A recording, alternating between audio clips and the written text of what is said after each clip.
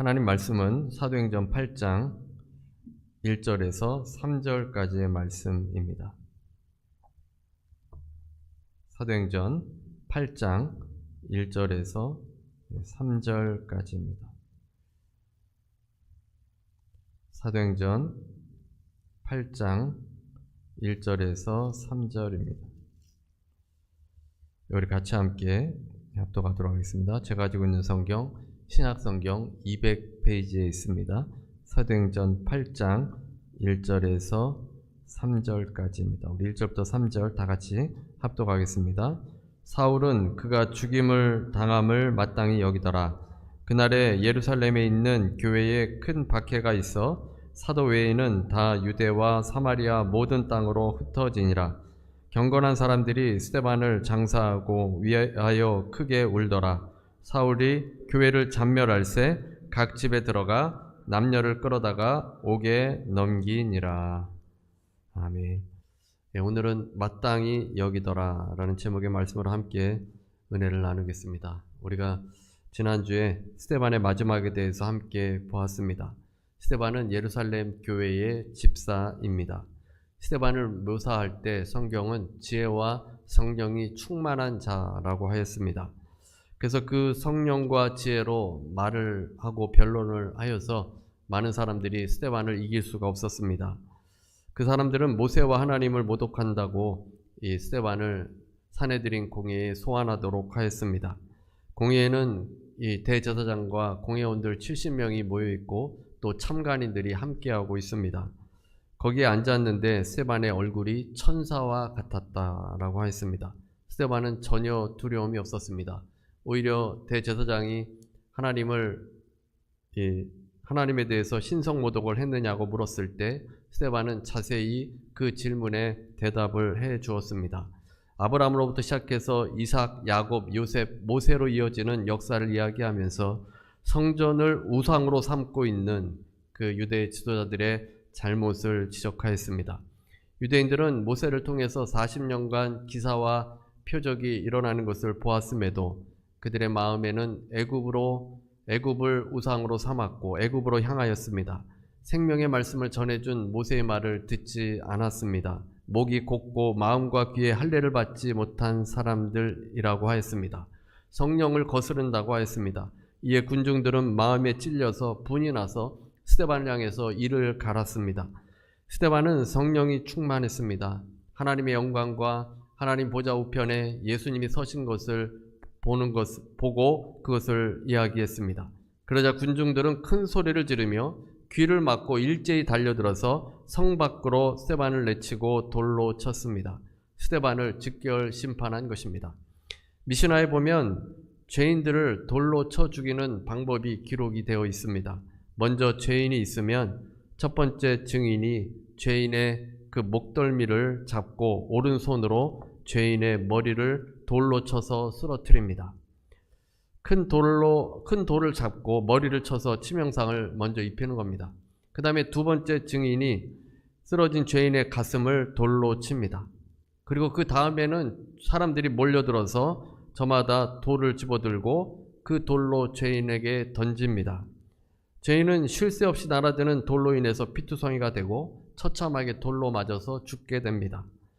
스데반은 편안하게 죽은 것이 아니라 이렇게 처참하게 죽임을 당한 것입니다. 진리를 말하였는데 미움을 받고 사람들로부터 돌을 맞아서 죽게 되었습니다. 그럼에도 스데반은 죽으면서까지 주여 이 죄를 그들에게 돌리지 마옵소서라고 기도했습니다. 그리고 잠들었습니다. 스데반이 죽었지만 성경은 잠들었다라고 표현했습니다. 왜냐하면 스데반은 주님께서 다시 오시는 그날에 부활해서 다시 살아날 것이기 때문입니다. 잠든 것과 죽은 것의 차이는 죽은 것은 다시 일어나지 못하지만 잠들었다고 하면 다시 일어나는 것을 말합니다. 주님께서 다시 오시는 그날에 부활할 것입니다. 2절에 보면 경건한 사람들이 스데반을 위하여 장사하고 크게 울었더라 라고 되어 있습니다. 경건한 사람들이 스데반을 장사했습니다. 돌에 맞아 죽은 스데반을 장사한 사람들, 이 사람들은 누구입니까? 영어로는 godly men이라고 되어 있습니다. 이 사람들이 크리스찬이라고 생각하는데 크리스찬이라는 어떤 단서도 있지 않습니다. 그냥 유대인, 경건한 유대인이고, 이 현대인의 번역에 보면 경건한 유대인이라고 번역을 했습니다. 그러니까 기독교인이라고 보기보다는 구약의 율법을 철저하게 지키는 경건한 유대인, 하나님을 잘 믿는 유대인들입니다. 이들은 스데반의 천사와 같은 그 얼굴과 그가 전한 복음과 그리고 죽으면서까지 사람들을 용서해달라는 참으로 놀라운 기도를 들으면서 큰 감명을 받았을 겁니다. 이런 사람들이 스데반을 위해서 장사 지내 주었습니다. 그리고 스데반의 죽음을 슬퍼했습니다. 참으로 좋은 사람이 죽었기 때문입니다. 이들이 스데반을 장사하고 크게 울었는데 사실 산헤드린 공회를 통해서 죄인을 직결 심판했으면 그 사람을 함부로 장사할 수 없습니다. 장사하거나 그 사람을 위해서 울면 이 산헤드린 공회의 이 판결을 무시하거나 불복하는 행위이기 때문입니다. 그럼에도 불구하고 이 스데반의 죽음을 억울한 죽음이라고 생각했기 때문에 경건한 유대인들은 스데반을 위해서 슬피 울면서 장례를 해준 것입니다. 나쁜 사람이 죽었다면 눈물이 나지 않습니다. 울 필요도 없습니다.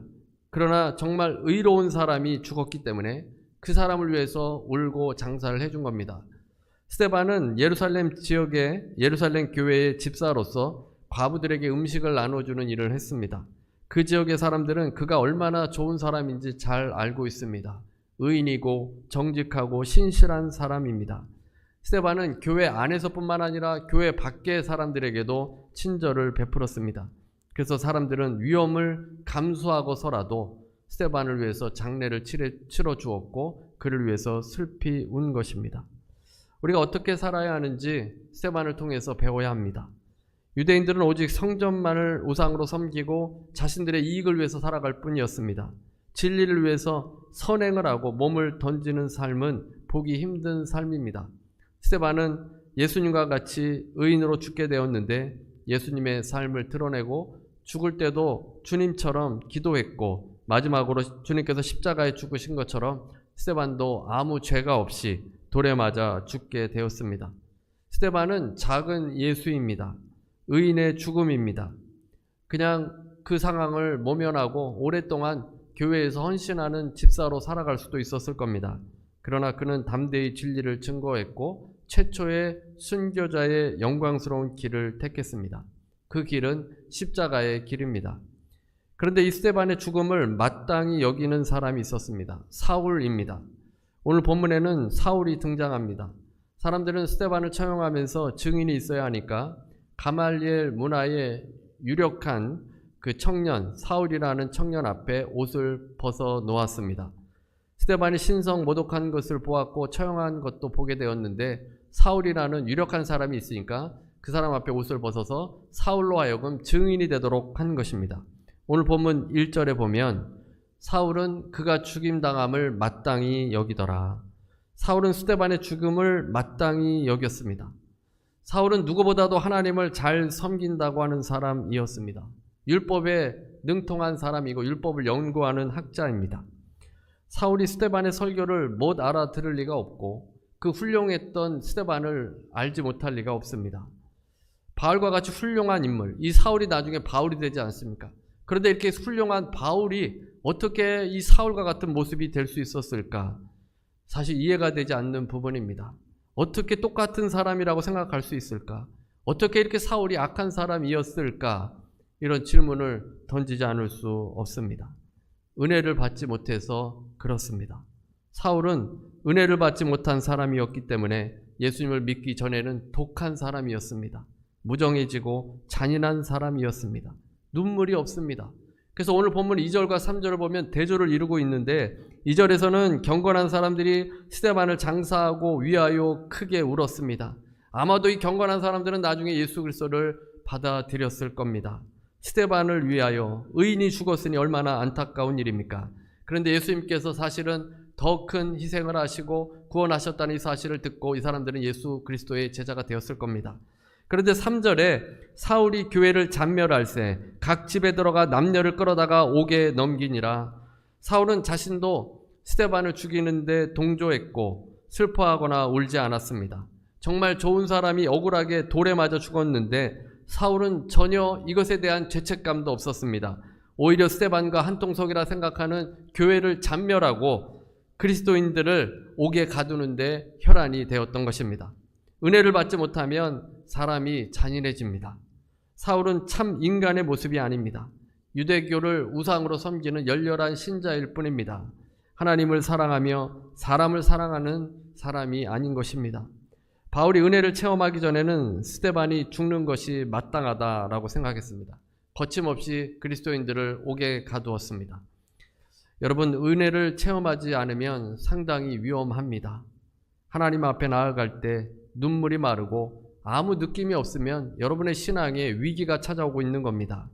십자가의 은혜가 느껴지지 않으면 그날은 참 슬픈 날이라 그렇게 고백한 사람도 있습니다. 자신의 목이 곧아지고 마음과 귀에 할례를 받지 못해 내 마음이 굳어져서 그리스도의 은혜, 십자가의 은혜가 느껴지지 않는 것입니다. 우리가 주일에 모여서 함께 예배 드리는 것은 주님의 은혜를 받아서 한 주 동안도 온전히 살아가기 위함입니다. 이 리듬이 중요합니다. 반복되는 리듬인데 이 리듬에서 벗어나지 않도록 해야 합니다. 이 리듬에서 벗어나면 하나님과 점점 멀어지고 그리스도의 은혜를 더 느껴지지 못하게 되어집니다. 주일이 되면 우리 함께 모여서 머리를 숙이고 주님께 기도하지 않습니까? 무엇보다 하나님의 은혜에 감사합니다. 또 우리가 사순절 절기를 지키면서 그리스도를 묵상하고 또 금식하며 또 기도하는 것도 은혜를 회복하기 위함입니다. 은혜를 받아야 합니다. 은혜가 느껴지지 않으면 금식이라도 해야 되지 않겠습니까? 미디어 금식도 하고 찬송하고 하나님의 은혜가 다시 살아나야 우리가 주님 기뻐하시는 사람으로 살아갈 수 있습니다. 은혜가 없으니까 시험에 들고 실망하고 마음이 굳어지고 있는 겁니다. 어제 국민일보에 보니까 필립 얀시가 이 투병에 대한 기사가 실려 있었습니다. 크리스찬 투데이의 편집인이기도 한 이 얀시는 2월 말 블로그에서 자신이 파킨슨 병을 진단받았다고 했습니다. 그는 고통에 관한 여러 저서를 썼습니다. 마법처럼 파킨슨이 내 삶에서 제거되기를 바란다, 이런 말도 하였는데, 그러면서 자신이 충실한 하나님의 청지기의 최신 버전이 되길 소망한다라고 말하기도 했습니다. 고통 중에도 그는 하나님을 의지했습니다. 그는 1년 전에 스키를 타다가 넘어지는 사고를 겪었습니다. 이후에 걸음걸이와 글씨가 눈에 띄게 이상해졌습니다. 병원을 찾았지만 주치의는 파킨슨 병이 걸릴 가능성이 없다라고 단언했습니다. 그러나 점점 일상생활이 어려워졌습니다. 몸이 이상했습니다. 신경과 전문의를 만난 뒤 파킨슨 진단을 받았습니다. 진단 일주일도 지나지 않아서 테니스와 비슷한 피클볼을 하다가 코트 앞에서 엎드려 고꾸라졌고 응급실에 실려갔습니다. 그 당시를 떠올리면서 평범한 것들을 할 수 없음을 인정하게 됐다라고 했습니다. 얀 씨는 친구가 보내준 말씀을 붙들었습니다. 시편 71편 9절 말씀입니다. 늙을 때에 나를 버리지 마시고 내 힘이 쇠약할 때에 나를 떠나지 마소서. 얀 씨는 파킨슨 병에 걸렸지만 하나님의 은혜를 아는 사람입니다. 하나님의 은혜가 있어야 자신이 살아나는 것을 알고 있습니다. 그래서 그 어려운 중에도 자신의 아내와 주변의 도움을 허락하신 하나님께 찬양했고, 선하시고 사랑이 많으신 하나님을 신뢰한다고 했습니다. 이 놀라운 신앙이 어디에서 오겠습니까? 하나님의 은혜를 깨닫는 신앙입니다.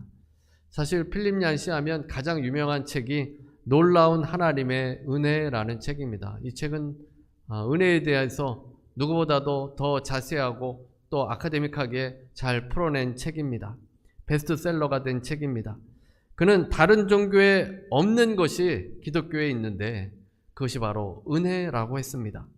하나님의 무조건적인 사랑을 받는 것은 기독교뿐입니다. 노력으로도 아니고 수행과 고행으로도 아니고 하나님께서 거저 주시는 은혜를 받는 사람들이 그리스도인이라는 것입니다. 그래서 그의 책에 보면 예수님께서 행한 기적의 사람들이 놀라워합니다. 물리적 법칙을 뛰어넘는 일이기 때문에 눈이 휘둥그레지고 너무나도 탄성을 지르게 되어집니다. 하지만 은혜는 도덕적 법칙을 뛰어넘는 것이라는 겁니다. 모든 종교가 율법주의적이고 도덕주의의 노예로 전락해버렸는데 하나님께서는 그 도덕을 뛰어넘는 은혜를 모든 인간에게 주셨다는 것입니다. 이 점이 놀랍기 때문에 불완전하고 연약한 우리들이 그 은혜를 깨달으면 깨달을수록 하나님을 찬양하지 않을 수 없다는 것입니다. 그 은혜를 깊이 깨달은 사람이기에 불치병이 와도 하나님을 찬양하고 하나님을 신뢰합니다. 그 은혜가 무지한 우리들, 잔인하고 무정한 사울과 같은 사람들에게 임하여서 바울이 되도록 만들어주는 것입니다. 사도행전 7장에서 스데반이 등장하는데 유독 사울이라는 이름이 밝혀지고 있습니다. 많은 사람들이 나오지만 그 사람들의 이름은 없습니다. 대제사장이 누구인지 기록하지 않습니다. 그 당시 이 유대 사회를 쥐락펴락할 수 있는 사내들인 공회원들 70명이나 되는 사람들의 단 한 사람의 이름도 등장하지 않습니다. 그런데 사울이라는 이름을 기록합니다. 그는 잔인한 사람이었는데 그가 하나님의 은혜를 받아서 변화되었기 때문입니다. 그는 변화된 후에 이 사울의 이름이 바울로 바뀌었고 신약의 3분의 1을 기록하게 됩니다. 이방인 선교에 큰 역할을 감당하고 복음을 온전히 해석해서 우리에게 전해 주었습니다. 바울에게는 병이 있었는데 하나님께서는 병을 고쳐주지 않으시고 내 은혜가 내게 족하다라고 하셨습니다. 바울이 받은 은혜에 비하면 그 병으로 인한 고통은 아무것도 아니라는 것입니다. 자신과 같은 죄인 중에 괴수였던 자신을 만나주신 그 하나님의 은혜를 생각하니 감사했던 것입니다. 우리 역시 다르지 않습니다. 이전에는 우리의 잘못을 보지 못하고 다른 사람을 심판하러 다니는 사울과 같습니다. 죄인이 어떻게 죄인을 판단합니까? 죄인인 줄 알지 못할 뿐입니다. 우리가 잔인하고 매정한 사람들이었지만 하나님의 은혜를 깨달으면서 변화가 되어지게 됩니다. 그 은혜를 깨달을 때 우리의 삶이 변화되고 하나님 앞에 온전히 나아갈 수 있습니다. 그런데 스데반으로 인해서 또 다른 일이 일어났습니다. 예루살렘 교회에 박해가 있었습니다.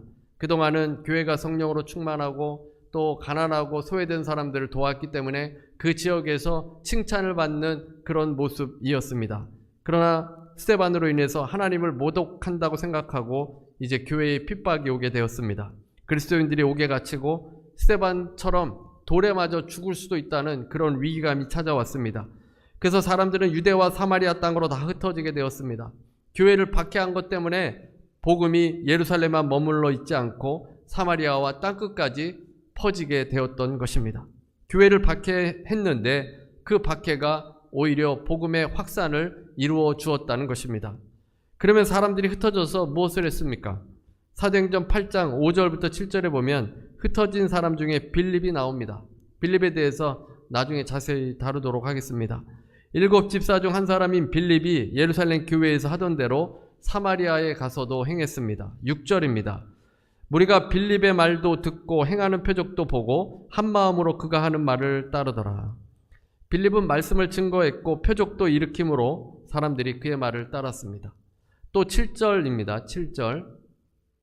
더러운 귀신들이 크게 소리를 지르며 나가고 또 많은 중풍병자와 못 걷는 사람이 나으니 귀신이 떠나가고 병자가 고침받았습니다. 이 5장에 보면 가말리엘의 이야기를 떠올리지 않을 수 없습니다. 가말리엘은 사도행전 5장 36절에 이전에 드다가 일어나 스스로 선전하며 사람이 약 400명이나 따르더니 그가 죽임을 당하며 따르던 모든 사람들이 흩어졌고 없어졌고 그 후 호적할 때에 갈릴리 유다가 일어나 백성을 꾀어 따르게 하다가 그도 망한즉 따르던 모든 사람들이 흩어졌느니라. 가말리엘이 무슨 얘기를 했냐면 드다라는 사람이 일어나서 400명이 따랐지만 그가 죽게 되자 다 흩어졌다는 것입니다. 유다라는 사람도 일어났는데 그가 감옥에 갇히니까 그를 따르던 사람들이 다 흩어졌다는 것입니다.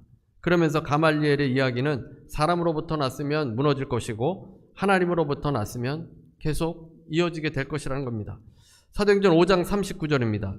만일 하나님께로부터 났으면 너희가 그들을 무너뜨릴 수 없겠고 도리어 하나님을 대적하는 자가 될까 하노라 하니 하나님께로부터 났으면 무너뜨릴 수 없습니다. 이제 예루살렘 교회가 핍박을 받아서 사람들이 다 뿔뿔이 흩어지게 된 것입니다. 사람들 생각하기에 이제 교회는 곧 무너지게 될 것이다. 예수를 따르는 공동체는 곧 무너지게 될 것이다 라고 생각했을 겁니다. 온 유대와 사마리아와 그 넓게 이 그리스도인들이 다 뿔뿔이 흩어져 버린 것입니다. 곧 사라질 것이다 생각한 겁니다. 그 예수를 믿는 사람들이 2000년이 지나도 이렇게 우리가 함께 모여서 예배를 드릴 것이다. 그 당시에 사람들은 상상도 하지 못했을 것입니다.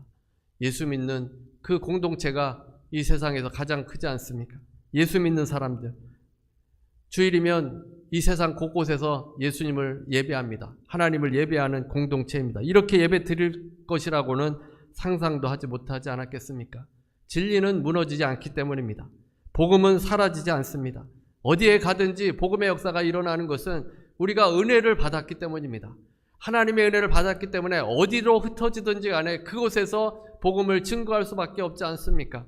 나 같은 죄인 구원해 주신 그 하나님의 은혜가 너무나도 커서 그 은혜를 증거하게 되고 그 증거에 따라서 많은 열매들이 맺혀지게 됩니다.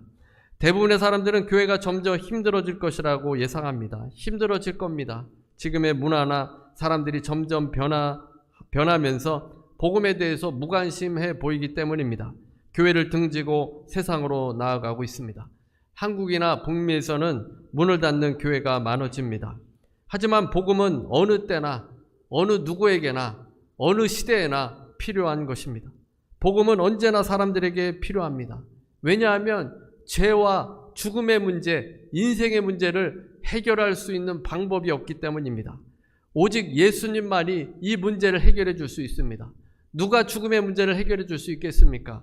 죽었다 부활하신 예수님만이 이 죽음을 멸하시고 우리에게 생명을 주셨기 때문에 이 문제를 오직 진리 대신 주님만이 해결해 주실 수 있습니다.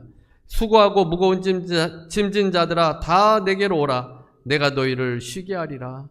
누가 이 문제를 다 해결해 주신다고 이야기할 수 있겠습니까? 예수님 뿐입니다. 그래서 아무리 시대가 변하고 세상이 변하고 문화가 발전된다 할지라도 모든 사람에게 예수님은 절대적으로 필요한 것입니다.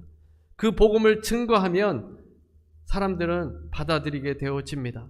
문제 많은 이 세상에서 교회는 계속 진리를 전파하게 될 것입니다. 은혜를 깨달은 사람들을 통해서 이 복음의 역사가 일어나게 될 것입니다. 오늘은 종려주일입니다. 종려주일은 예수님께서 십자가를 지시기 위해서 예루살렘에 입성한 날입니다. 종려나무는 의와 아름다움, 승리를 상징합니다. 예수님께서 이날 나귀를 타시고 예루살렘에 입성하셨습니다. 많은 사람들이 자신의 옷을 펴고 종려나무 가지를 흔들면서 호산나 다윗의 자손이여 찬송하리로다 주의 이름으로 오시는 이여 가장 높은 곳에서 호산나라고 외쳤습니다. 나귀 새끼를 타신 예수님께서 예루살렘에 입성하셨습니다. 선자들의 예언처럼 이제 진정한 메시아가 오셨습니다. 예수님께서는 로마의 왕이나 로마의 장군처럼 말을 타고 오신 것이 아니라 나귀 새끼를 타시고 예루살렘에 입성하셨습니다. 이 종려주일이 기쁜 날입니까? 슬픈 날입니까? 주님께서 입성하시니까 좋은 날이기도 한데 또 슬픈 날이기도 합니다. 그래서 역사적으로 보면 축하하는 교회도 있고 축하 대신에 애도하는 교회도 있습니다. 군중들은 예수님의 예루살렘 입성을 축하하고 환영했습니다. 왕을 맞아들이는 예식을 거행했습니다. 호산나 다윗의 자손이요 외쳤습니다. 그러나 5일 만에 이 똑같은 군중들, 이 무리들은 예수님을 십자가에 못 박으라고 외쳤습니다. 그러나 예수님께서 그 모든 무리들을 용서하시고 십자가에서 죽으셨습니다. 주님의 십자가로 인해서 우리가 은혜를 받은 것입니다. 이제 스데반이 작은 예수로 주님의 길을 갔던 것처럼 우리도 그 길을 걸어가야 합니다. 우리는 은혜 받은 사람들입니다. 십자가의 길을 가면 우리를 통해서 또 놀라운 역사가 일어납니다. 사울이 바울로 변했던 것처럼 주님의 은혜를 받은 사람들이 주님을 증거하면 이러한 역사들이 일어나는 겁니다. 예루살렘 교회가 핍박을 받아 흩어져 버려도 복음은 그곳에서 다시 피어납니다. 은혜가 했던 일입니다. 이제 고난주간이 시작되는데 무엇보다 여러분들 가운데 하나님의 은혜가 충만하게 되시기를 바랍니다. 주님의 고난을 생각하셔서 은혜를 받고 하나님께 쓰임받는 여러분 모두가 되시기를 주님의 이름으로 축원합니다. 우리 시간에 함께 성찬을 함께 하시면서 주님의 은혜를 생각하시기 바랍니다. 찬송가 229장입니다. 우리 찬송하시면서 성찬을 준비하시겠습니다.